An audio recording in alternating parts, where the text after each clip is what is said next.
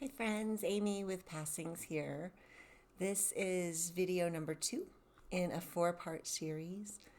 The series is called Living Here Now, COVID-19 as Personal and Collective Transition. In this video, we're going to talk about the living part of Living Here Now. And I've subtitled it Confessions of a Recovering Compulsive Meaning Maker. That's me.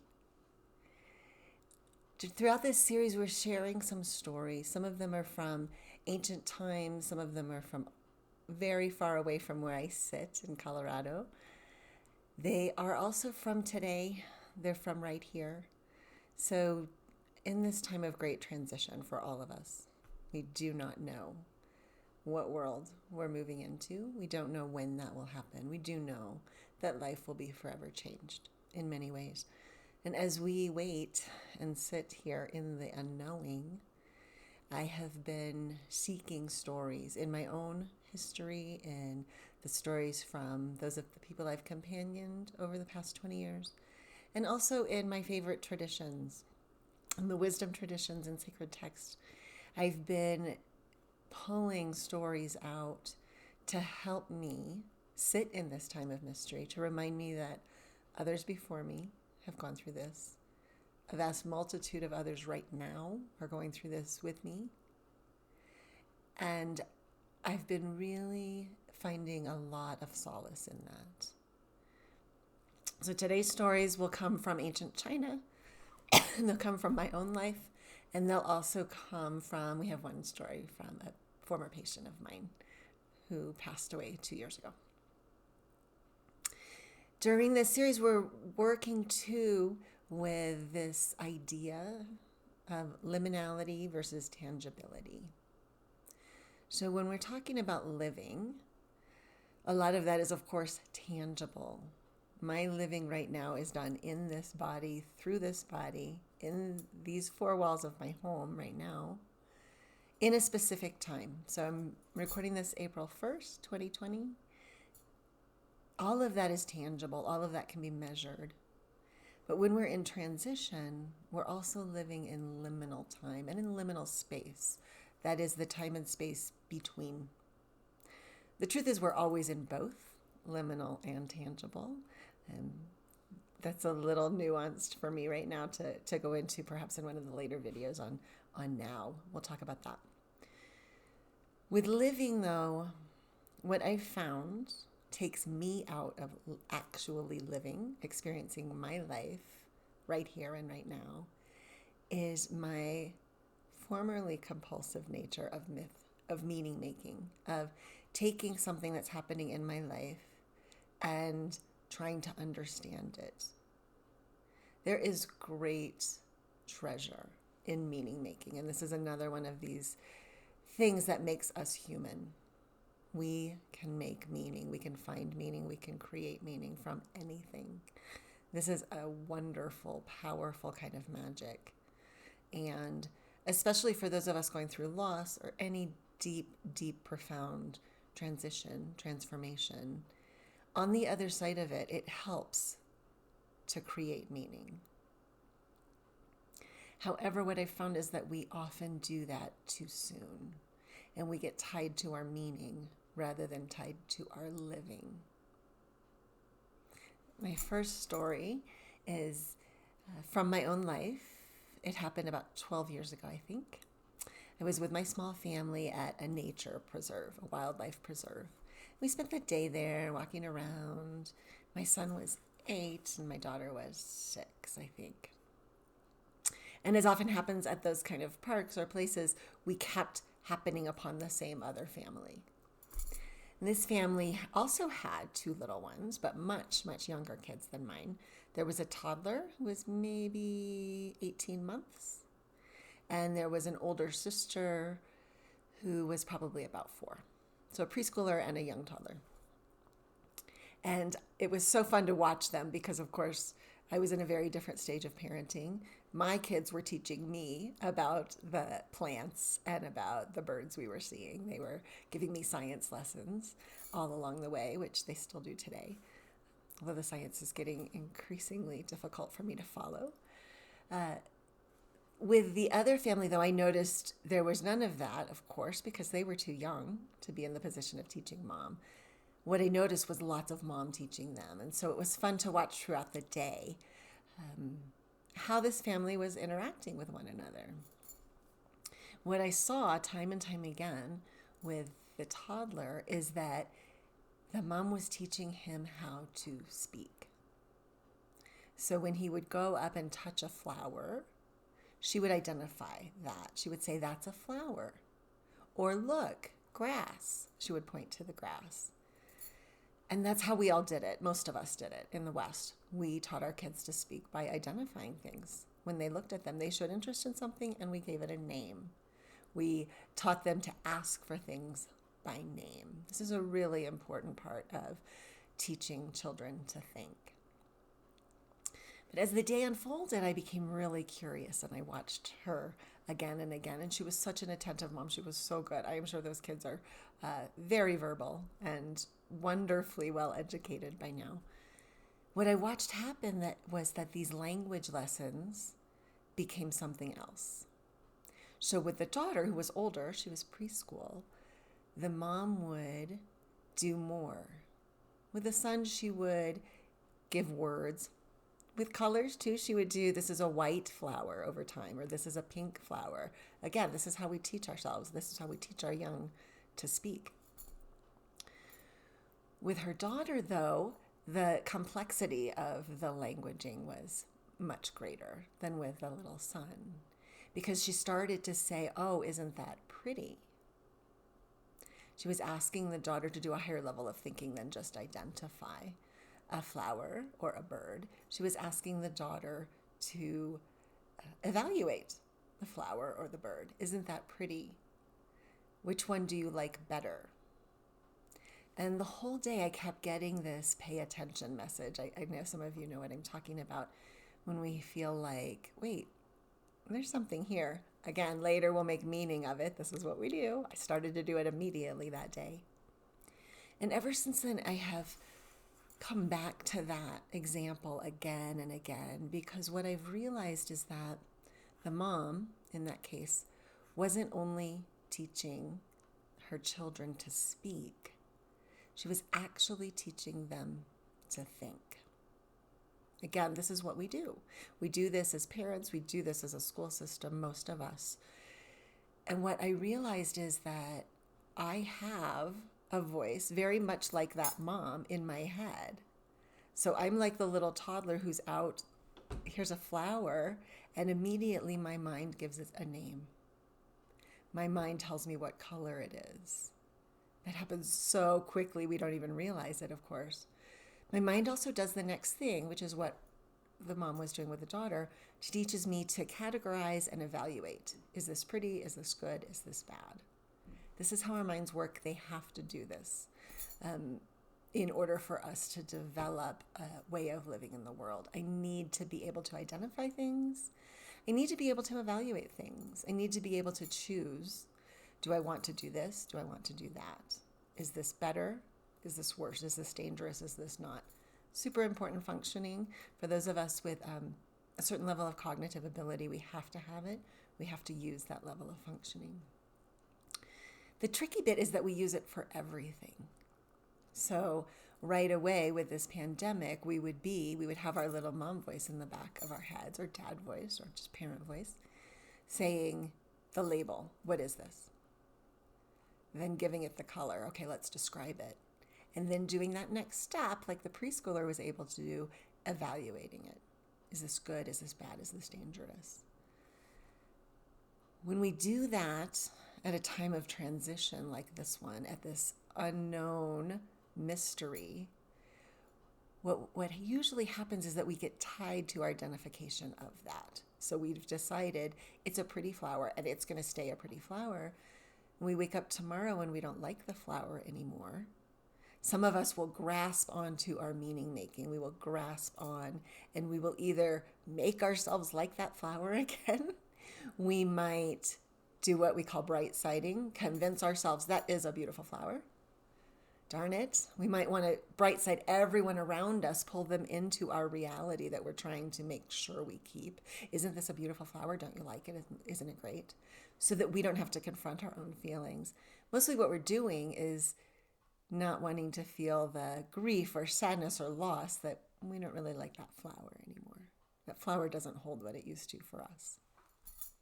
Super simplistic analogy I'm making, but I want to really drive it home for myself more than anyone, and that is, we can love this flower. We can have such fondness for this flower right in this moment. For many of you, I know you're finding beauty in this. You're spending time with loved ones. You are going into places of creativity and rest that you needed and haven't had for a while. My reminder is, don't get wed to that. Don't make a story about that for me, because I'm pretty sure in an hour or two things will shift. We don't know when the end of the story is, so we shouldn't be writing it quite yet. We shouldn't be making meaning of it. We can make meaningful moments. David Kessler has a wonderful new book on grief. It's called The Sixth Stage of Grief, Finding Meaning. That's a little bit of a confusing title, because if you read the book, you'll realize he's talking about making meaningful moments. We can make meaningful moments all the time, no matter what, even in the midst of fear, even in the hospital. We don't have to then take that and create some kind of meaning that we have to attach to about the whole situation we're in. I got a couple more stories to help kind of flesh out what I mean by this. One is a story from ancient China. So this comes from the Tao tradition. It came to me from a Zen teacher, so through Japan and then to me. But I've also heard it told in lots of different ways. So it's one of those stories that is probably global. It's happened many times. And it's a big T truth story, I call them. I'm not exactly sure when it happened in truth. I don't know the person's name. I don't know the year. I don't know the exact location. But it contains truth, big T truth for us. And that's why these kind of stories tend to pop up all over the planet. Super simple story. It is that there was a farmer who was living his life with his small family on his tiny farm, just living his life, doing his own business, keeping his mind to his own business. And one day, one of his horses ran away. And everyone in the village said, "Oh, that's rotten luck." And the farmer said, "Maybe." And then the next day, that horse came back with a group of others. And everyone in the village rejoiced and said, "That is great luck. Look, you've got all these horses." And the farmer again said, "Maybe." And shortly thereafter, his son was riding one of those horses, the wild ones, and trying to tame it. When the horse threw the son off, the son broke his leg. And the village people, with their drawn faces, said, "Oh, that's rotten luck to have your son injured." And the farmer said, "Maybe." And then soon after that, the army came through, and they were conscribing young men for service.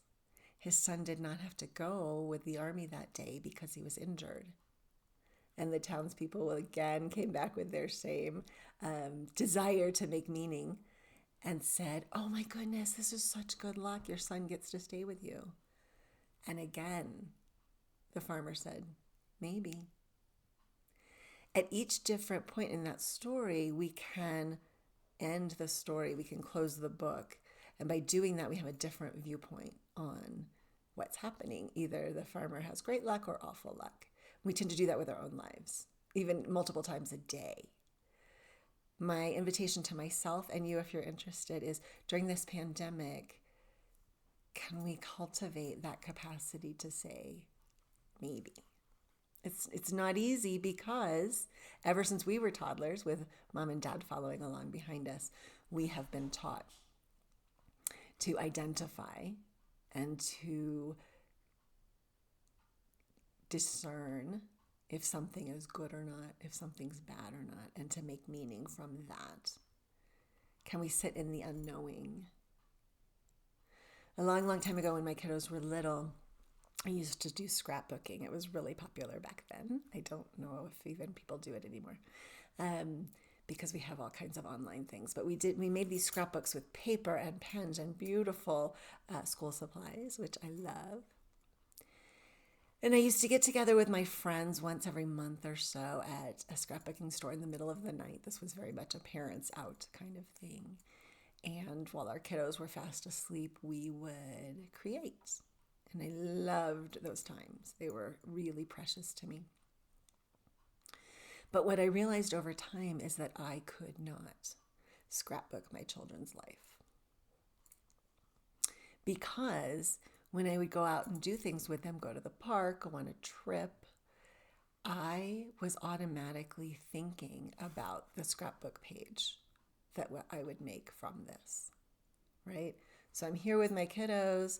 I'm wanting to take the perfect picture to define this day so that I can later make it into the perfect, beautiful display. I was not at all present with my kids. This isn't true for everyone. Of course, I have some friends who are photographers and they are able to actually become more present in the moment through their tool of photography. I am not, so I don't take pictures of my family hardly at all, which is really sad to some of them. I don't have pictures of them. But most of us in our family don't do that because we have determined that we can't do both. We can't both record what's happening and be present to what's happening. Again, this is not true of everyone. When I decided I can't do this, that I'm so focused on recording and evaluating and chronicling this event that I can't even be at this event, I said I have to give up scrapbooking. And it was really, really sad because I had loved it. So I thought about it for a while and I thought, well, what do I love about it?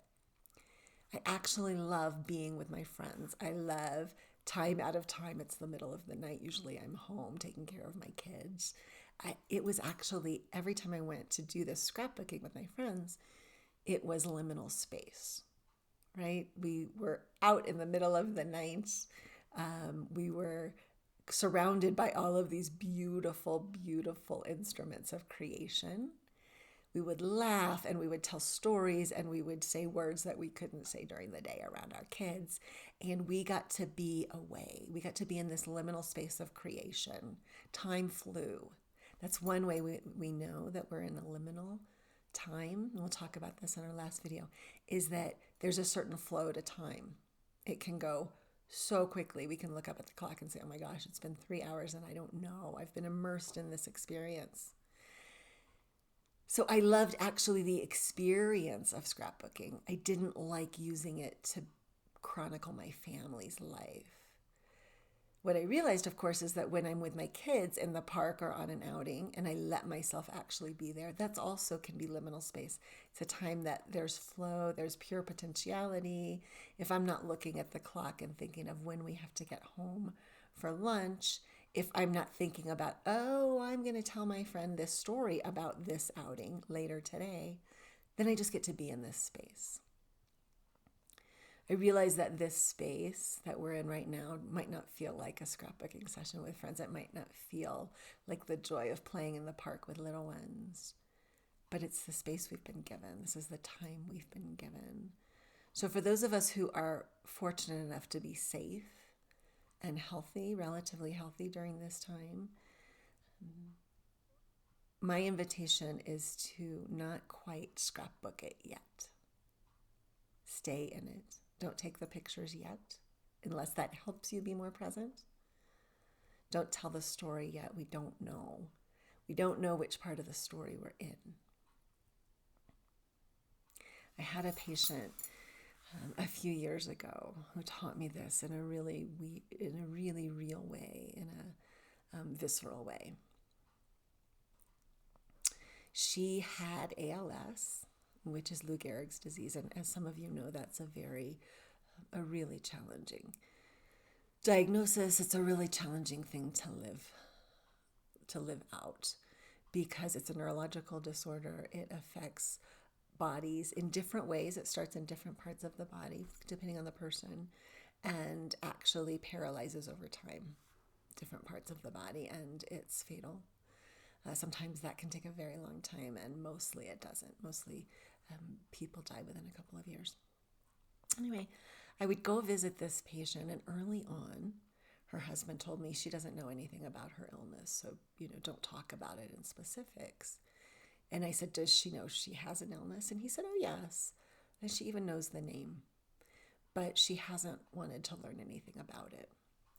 And this was fascinating to me because quite early on when I was diagnosed, I was a researcher, so I researched as much as I could about my little known illness so that I would know exactly what would happen to me. And in some ways that's empowering. And I'm not saying don't do that if that's where you're going with any part of your life.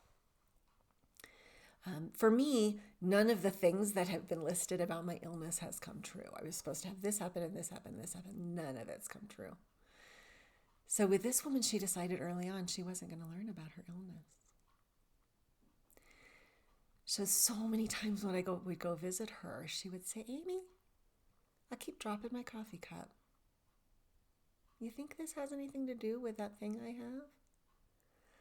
And I knew the Zen story, or the Tao story, so I said, maybe.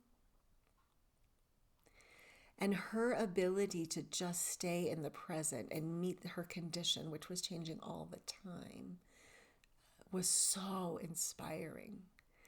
She had a phrase that she always said, and apparently had said it throughout her life, because when I went to her funeral, it was repeated everywhere. It was even printed on the bulletin.